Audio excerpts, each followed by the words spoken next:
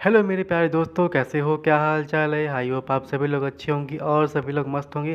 दोस्तों, आज हम इस वीडियो में हम आपको बताएंगे CUET के बारे में। ठीक है, यहाँ पे मैंने आपके सामने जो माइंड मैप बनाया है, इस माइंड मैप में आपको पूरी डिटेल आपको CUET के बारे में मिल जाएगी। ठीक है, तो पहले हम डिस्कस करते हैं कि CUET क्या है, यानी CUET की फुल फॉर्म क्या होती है।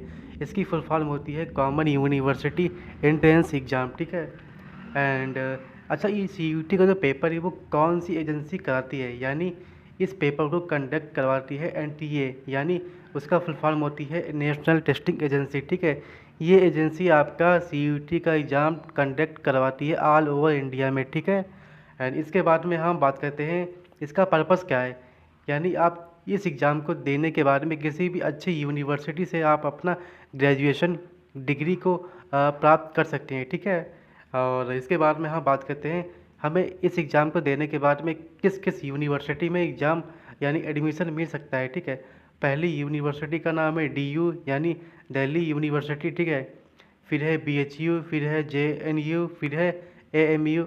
इसके अलावा कई सारी ऐसी यूनिवर्सिटी हैं, वहाँ पे आपको ये एडमिशन मिल जाएगा। ठीक है, इसके बाद में हम बात करते हैं इसकी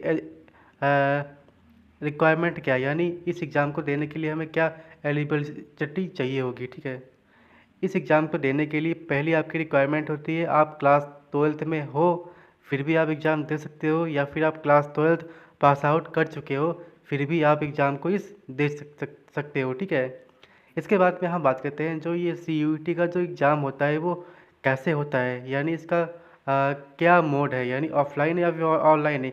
इस पेपर को देने के लिए आपका ऑनलाइन मोड ही प्रयोग होता है, यानी ये जो आपका एग्ज़ाम होता है वो CBT के थ्रू होता है, यानी कंप्यूटर बेस्ड टेस्ट है। ठीक है, ये आपका पेपर कंप्यूटर पे ही देना होता है, यानी ऑनलाइन मोड में होता है। ठीक है, अच्छा, CUET का जो पेपर देने के बाद में इसका इम्पोर्टेंस क्या है? इसका इम्पोर्टेंस ये है कि इक्वल अपॉर्चुनिटी फॉर ऑल, यानी कोई भी विद्यार्थी, यहाँ पे सबको इक्वल अपॉर्चुनिटी मिलती है। ठीक है, आप किसी भी यूनिवर्सिटी में अच्छे अच्छे कोर्सेज कर सकते हो। ठीक है, इस एग्ज़ाम को देने के बाद में, है ना। इसके बाद में हम बात करते हैं जो इसका एग्ज़ाम पैटर्न है वो क्या है। इसका जो लैंग्वेज है, डोमेन सब्जेक्ट है, और जनरल टेस्ट भी होता है। ठीक है, इसमें आप डोमेन सब्जेक्ट भी ले सकते हो। ठीक है, और आपका जो इसमें लैंग्वेज है, आप किसी भी लैंग्वेज में आप इस पेपर को दे सकते हो, है ना।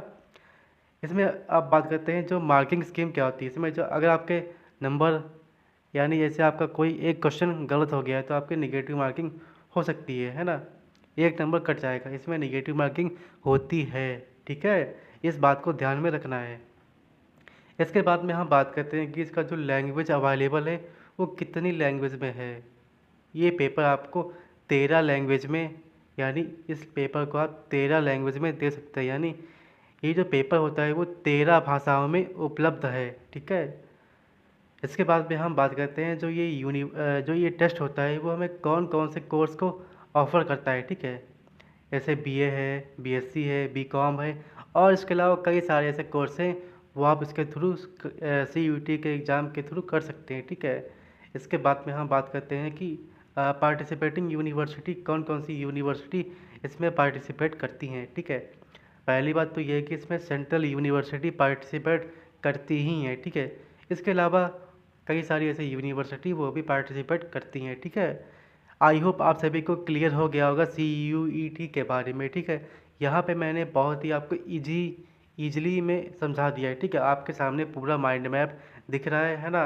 यहाँ पे मैंने आपको पूरी डिटेल दे दी है। ठीक है, इसके अलावा कोई भी डाउट है आप CUET के बारे में तो आप हमें इससे कमेंट करके पूछ सकते हैं। ठीक है, तो चलिए मिलते हैं अगली वीडियो में, तब तक के लिए नमस्कार, थैंक यू सो मच।